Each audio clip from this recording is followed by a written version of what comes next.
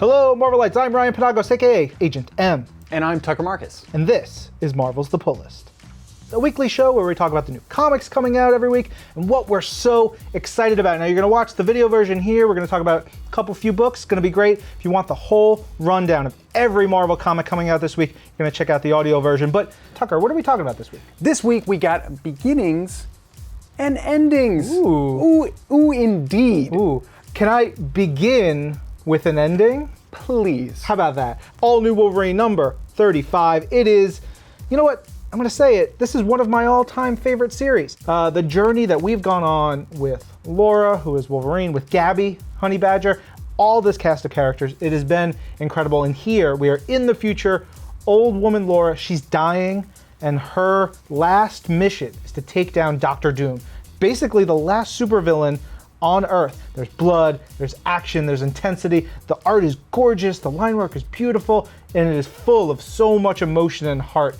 It begins with people crying, it ends with people holding hands, and there's so much in between. Moving from one snickety book to another, this is Hunt for Wolverine, Claws of a Killer, number 1.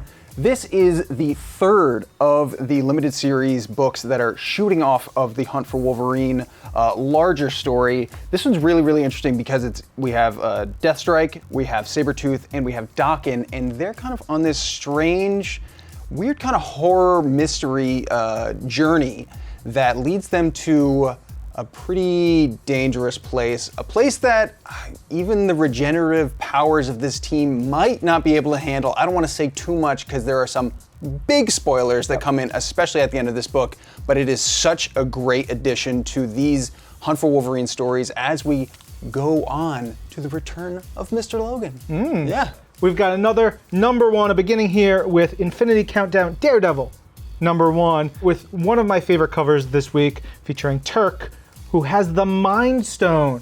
And that's what this story is all about. It's about Turk, who's this dude who's been a thorn in Daredevil's side in a very small way for a very long period of time, but he has gotten his hands on one of the Infinity Stones. And that lets him do all kinds of wild stuff. So it's a really cool way to explore how a character who has never played in the cosmic arena can get near infinite power and what that does to him and for him, how that affects Daredevil, how that affects the entire Marvel universe. It's a really cool way to give you a look into something that we've never seen before.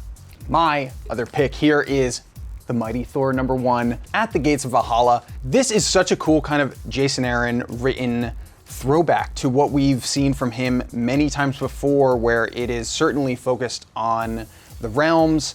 The War of the Realms get a big spotlight here, but also the Goddesses of Thunder make a great comeback. We haven't seen them in a little bit. It is so much fun. It kind of bounces between a couple stories. The first one focuses on the goddesses. The second one gets with Malekith and a whole bunch of action that's really, really ramping up, like I said, the War of the Realms. But man, it is such good Jason Aaron action all the way throughout. You could call it a beginning of the end? Who knows? Speaking of the end, this is the end of the episode. You have to check out Marvel's The Pull List every Tuesday here, wherever you're watching this video, YouTube, Marvel.com, all the great places. But really, I want you to go check out the podcast as well. Marvel's The Pull List is available wherever you get your podcast, Marvel.com, all those great places. And you got to hear it if you want to hear me get crazy excited about a mulleted Thor. Little business in the front, little party in the back.